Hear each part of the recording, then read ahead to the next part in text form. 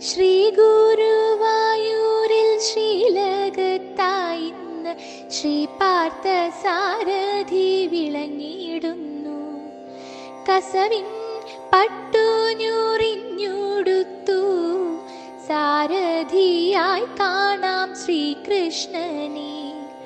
വില്ലും ശരങ്ങളും കയ്യിലേന്തി പാർത്ഥനിരിപ്പു പുറകിലായി.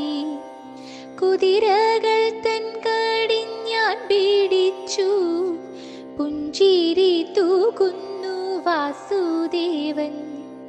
ചമ്മട്ടിയുമിന്നു കാണാം തൃക്കൈയിൽ പാർത്ഥനു നേരെ നോക്കുന്നു കൃഷ്ണൻ.